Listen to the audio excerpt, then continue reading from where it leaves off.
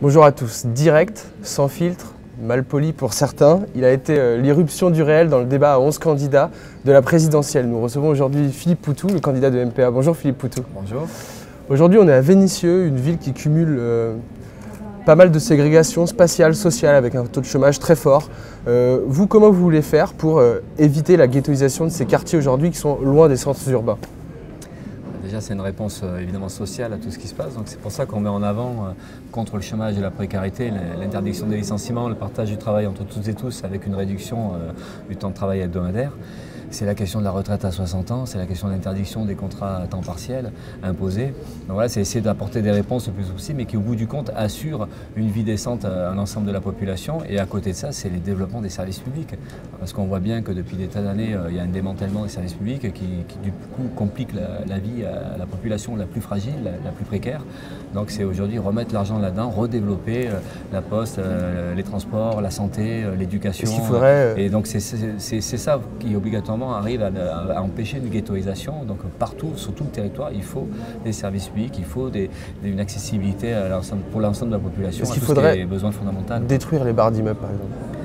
Certainement pour certaines qui sont ultra moches, après, mais c'est sûr qu'après il y aurait une politique de rénovation, une politique de transformation du logement et puis éviter que justement les pauvres soient virés des centres-villes et mis tout un processus qui existe depuis des décennies. Donc il y aurait tout à revoir, mais en fait c'est le problème aussi de qui dirige la société, de qui a le pouvoir et de comment tout ça s'est organisé. On voit bien que c'est entre les mains des riches, des plus riches, qu'il y a une caste, une classe sociale qui dirige tout ça et qui mène une politique par rapport à ses propres intérêts. Donc ça se traduit par l'exploitation, la surexploitation et puis les fortunes qui s'accumulent, mais même au niveau du logement, au niveau de la vie au quotidien, on voit bien que tout est fait pour eux. Donc les beaux quartiers, c'est pour eux. Ce qui est éloigné des centres, c'est pour les pauvres. Donc c'est tout ça qu'il faudrait remettre en cause. Mais pour remettre ça en cause, c'est pas juste une, deux, trois lois. C'est qu'à un moment donné, le contrôle sur l'économie ou le contrôle sur la vie politique, ce soit une autre classe sociale, la population qui puisse avoir un véritable droit de contrôle, et un droit de regard, puis un droit de décision. Donc ça pose le problème d'une démocratie directe. Vous êtes le candidat de la souffrance ouvrière. Aujourd'hui, une partie de ces ouvriers, notamment dans les bastions communistes comme ici à Vénissieux, va voter pour le Front National ou alors leurs enfants le font. Est-ce que vous, c'est une réalité que vous côtoyez tous les jours de par votre métier ? Le fait que des gens soient attirés par le vote extrême droite, des ouvriers.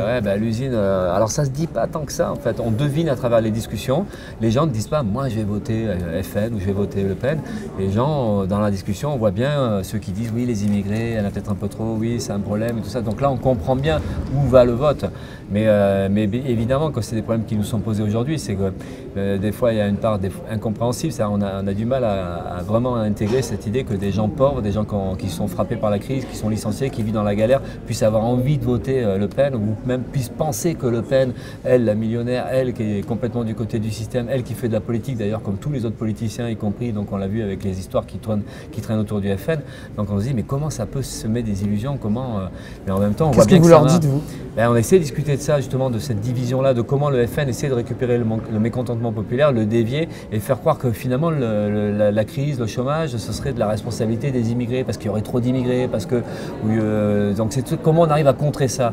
Et c'est le problème, c'est que l'argument, ça ne suffit pas toujours parce que c'est pas rationnel cette chose-là.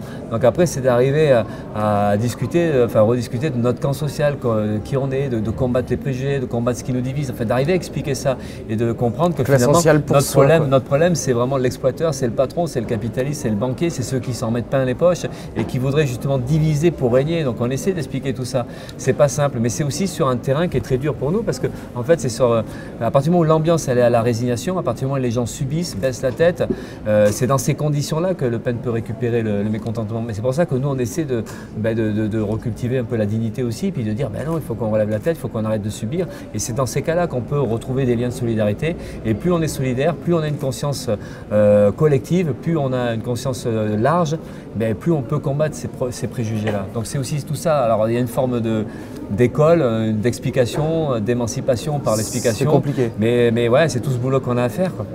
Aujourd'hui, il y a un candidat ancien trotskiste qui a le vent en poupe, qui est même troisième pour certains sondages, de qui je parle, Jean-Luc Mélenchon. Est-ce que vous, pour le camp des travailleurs que vous défendez, vous seriez prêt à appeler pour lui, à voter pour lui dès le premier tour? Non, bien sûr que non. Tout le monde est là. C'est pas pour, Non. pas pour se marrer.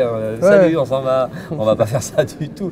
Non, mais dans le sens où il y a une communion sur certaines idées. Il y a des points. Mais dès le départ, on sait ça. Hein. Dès le Vous départ, militez avec eux?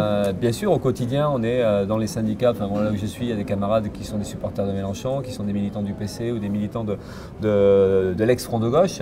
Et puis voilà, c'est des gens qu'on côtoie régulièrement dans les manifestations, dans les luttes. Donc évidemment qu'on a des points communs qui sont ceux-là. Déjà une proximité politique avec humaine, mais en même temps il y a des revendications qui nous sont communes. Mais ceci dit, globalement quand même, le projet politique, on ne le partage pas du tout, parce que le projet d'un Mélenchon, c'est aussi celui d'un homme politique, d'un carriériste, qui a fait toute sa carrière dans la politique, qui a été quand même 30 ans dans le Parti Socialiste, et qui a été dans des gouvernements avec Jospin et tout ça, et qui ont donc une solution politique qui reste dans le cadre du système. Même s'il veut changer de république, il veut de constitution et qu'il veut en faire une sixième, le fait est qu'il reste dans ce système-là. Et nous, c'est la remise en cause profonde de ce système. C'est le renversement même du capitalisme, au sens de confrontation avec le capital, au sens que même l'économie doit être reprise en main par la population. Ce n'est pas juste une institution démocratique qu'il faut démocratiser politiquement, mais c'est aussi au niveau de l'économie, c'est reprendre la main.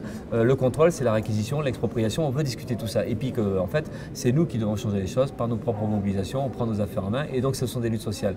Et là, il y a une divergence importante, donc nous on dit, voilà, débattons de ça, il y a deux perspectives, on en discute, Mélenchon avec son ambition personnelle, et nous avec une ambition plus collective, et d'essayer de... Donc nous on est pour cette discussion-là, et on essaie d'être utile de ce point de vue-là. On arrive au bout de ces 6 minutes. Merci Philippe Poutou d'être venu dans notre direct. Merci à vous de nous avoir suivis, merci à Aurélien qui est à la technique aujourd'hui, et on se retrouve demain pour une nouvelle émission.